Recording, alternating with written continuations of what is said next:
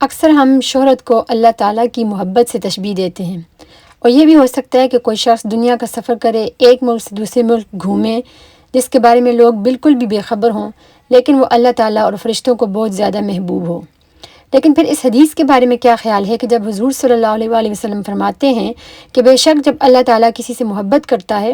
ان اللہ اذا احب عبدا نادى جبریل، تو اللہ تعالیٰ جبریل علیہ السلام کو بلاتے ہیں اور فرماتے ہیں یا جبریل انی احب فلان، یعنی اے جبریل میں تمہیں بتانا چاہتا ہوں کہ میں فلاں بندے سے محبت کرتا ہوں تاکہ تم بھی اس سے محبت کرو۔ جبرائیل علیہ السلام کو آپ سے محبت کرنے کے لیے اس کے علاوہ اور کچھ بھی جاننے کی قطعی کوئی ضرورت نہیں ہے کہ اللہ تعالیٰ آپ سے محبت کرتے ہیں۔ جبرائیل علیہ السلام بھی آپ سے محبت کرتے ہیں۔ پھر جبرائیل علیہ السلام تمام ملائکہ کو بلاتے ہیں کیونکہ وہ تمام ملائکہ کے سربراہ ہیں، چیف ہیں، اور وہ کہتے ہیں ان اللہ یحب فلان، اللہ تعالیٰ فلاں شخص سے محبت کرتے ہیں، تو آسمانوں کے تمام رہنے والے بھی اس بندے سے محبت کرتے ہیں۔ اور پھر حضور صلی اللہ علیہ وآلہ وسلم فرماتے ہیں کہ اس بندے کے لیے لوگوں کے دلوں میں بھی محبت ڈال دی جاتی ہے۔ یہاں یہ چند ایک باتیں ذہن میں رکھنی بہت ضروری ہے۔ سب سے پہلی بات تو یہ ہے کہ صرف اللہ تعالیٰ کی محبت حاصل کرنا ہر ایک شخص کی خواہش ہونی چاہیے، اور اللہ تعالیٰ کی محبت حاصل کرنے کے لیے جو کچھ بھی آپ سے بن پاتا ہے ضرور کریں، اور اگر آپ کو اللہ تعالیٰ کی محبت حاصل ہو جاتی ہے تو جس کسی کی بھی محبت اس قابل ہے کہ آپ کو ملے، انشاءاللہ وہ بھی آپ کو منتقل کر دی جاتی ہے۔ تو اگر آپ اللہ کی محبت حاصل کر لیتے ہیں تو جبرائیل علیہ السلام بھی آپ سے محبت کرتے ہیں، اور تمام فرشتے آپ سے محبت کرتے ہیں، اور جو لوگ نیکوکار ہیں وہ بھی آپ سے محبت کریں گے۔ پہلی بات تو یہ ہوگی جسے آپ اچھی طرح سے سمجھ لیں۔ دوسری چیز یہ ہے کہ لوگوں کی جو آپ سے محبت ہے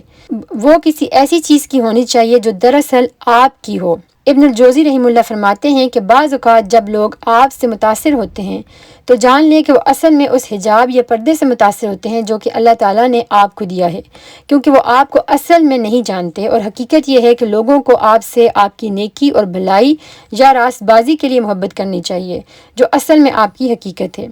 نیکوکار لوگ آپ کو آپ کی نیکی یا بھلائی کے لیے پسند کرتے ہیں۔ اس کا اس بات سے کوئی تعلق نہیں ہے کہ آپ کے کتنے فالوورز ہیں یا آپ کے کتنے لائکس ہیں آن لائن، بلکہ جن لوگوں سے اللہ تعالیٰ محبت فرماتے ہیں حب من احبک، جن سے آپ محبت کرتے ہیں ان کی محبت بھی آپ کو ملتی ہے۔ جب اللہ تعالیٰ کی محبت آپ کو مل جائے، جبرائیل امین اور تمام ملائکہ کی محبت آپ کو مل جائے، اور اللہ تعالیٰ ان لوگوں کے دلوں میں بھی آپ کے لیے محبت ڈالے کہ جن کو اللہ تعالیٰ محبوب جانتا ہے، جو نیکوکار لوگ ہیں، جو انبیاء ہیں، تو پھر اس کے علاوہ اور کوئی بھی چیز ایسی نہیں بچتی کہ جس کی تمنا کی جائے۔ اگر آپ کو اللہ تعالیٰ کی محبت مل جائے تو پھر اس کے بعد اور کسی کی بھی محبت کی خواہش کسی بھی ایمان والے کے دل میں نہیں رہ جاتی۔ اور یہاں میں اس نقطے پر زور دینا چاہوں گی کہ جب آپ اس وسیع مخلوق کے بارے میں سوچتے ہیں اور فرشتوں کے بارے میں سوچتے ہیں تو اس کی اہمیت صرف اتنی ہی ہے کہ وہ آپ کو آپ کے خالق و مالک کے قریب لائیں۔